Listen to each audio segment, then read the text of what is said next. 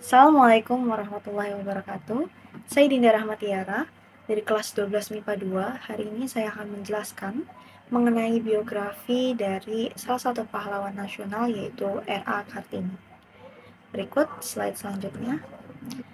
Emansipasi wanita R.A. Kartini dirayakan tiap 21 April oleh rakyat Indonesia. Dan R.A. Kartini ditetapkan sebagai Hari Pahlawan Kemerdekaan Nasional oleh Presiden Soekarno. Berikut merupakan profil dari R.A. Kartini.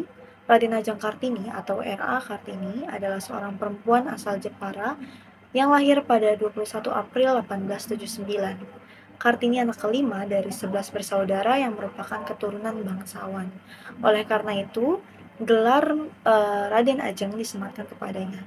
Kartini merupakan putri dari Raden Mas Adipati Aryo Sosoningrat dan M.A. Ngasirah. Ayah Kartini adalah Bupati Jepara saat itu. Berikut merupakan biografi lengkap dari R.A. Kartini. R.A. Kartini lahir pada 21 April 1879, lahir di Jepara, ayahnya sebagai bupati, ia bersekolah di ILS, Sekolah Elit Hindia Belanda. Selanjutnya pada usia 12 tahun, ayahnya melarangnya sekolah karena usia Kartini sudah bisa dipingit menurut tradisi kala itu. Kartini hanya diam di rumah dan mulai menulis surat kepada sahabat Belandanya, Rosa Abendanon.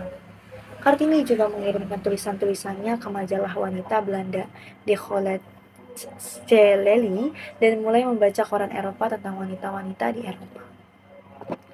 Selanjutnya, ia mulai gemar membaca buku-buku berbahasa Belanda, seperti Louis Couperus, Max Havelaar, Multatuli. Kemudian pada tahun 1898 memperkenalkan ukiran Jepara ke Eropa, yaitu dengan cara mengirimkan karya pengrajin kepada pameran nasional karya wanita di Den Haag, yang menjadi pembuka perkembangan seni ukir Jepara. Selanjutnya di tahun 1899, Kartini mendirikan bengkel ukir di belakang pendopo kabupaten dan menerima pesanan dari Jepara, Belanda, dan negara lainnya. Selanjutnya, di slide selanjutnya adalah pada tanggal 12 November 1903, pada usianya yang ke-24 tahun, Kartini dipaksa menikah dengan Bupati Rembang, yaitu Raden Adipati Djoyo-Diningrat. Di tahun 1125, suaminya mendukung cita-cita Kartini dan membangun sekolah wanita. Kemudian bersama Rukmini, pada tahun 1903, saudarinya, Kartini membuka sekolah pertama wanita. Di sana ia mengajarkan berbagai keterampilan, yaitu seperti membaca, menulis, menggambar, kerajinan tangan, dan lain-lain. Pada tanggal 13 September 1904, Kartini melahirkan anak pertamanya, yaitu Susalit Djoyo Adiningrat. Dan kemudian 4 hari setelahnya, di tanggal 17 September 1904, Kartini meninggal di Kabupaten Rembang setelah 4 hari melahirkan. Kemudian di tahun 1911, Abendanon mengumpulkan surat-surat yang pernah dikirimkan Kartini dan membukukannya dengan judul Durudwesternis Tuthlige, yang artinya dari kegelapan menuju cahaya. Kemudian di tahun 1912, pendirian Yayasan Kartini dan sekolah wanita pertama yang diberi nama Sekolah Kartini berlokasi di Semarang. Terakhir di slide ini Balai Pustaka menerbitkan buku Kartini versi Melayu dengan judul Hadis Gelap, Terbitlah Terang, Buah Pikiran.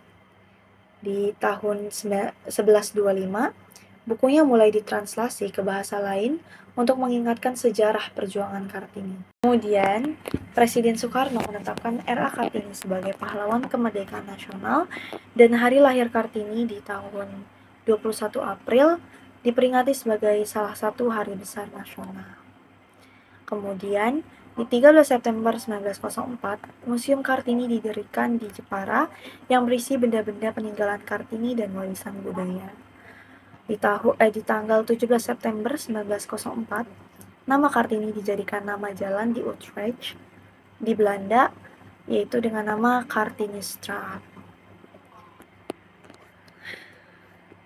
Peran penting era Kartini adalah era Kartini adalah seorang wanita yang menjadi salah satu pelopor atau perintis dalam memajukan pendidikan wanita di Indonesia.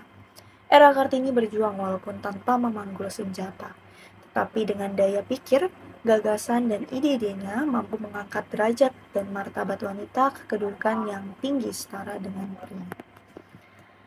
Sedikit quote untuk menginspirasi, dalam tangan Anda, anaklah terletak masa depan, dan dalam tangan ibulah tergenggam anak yang merupakan masa depan itu. Sekian presentasi dari saya. Kurang lebihnya mohon maaf. Wassalamualaikum warahmatullahi wabarakatuh.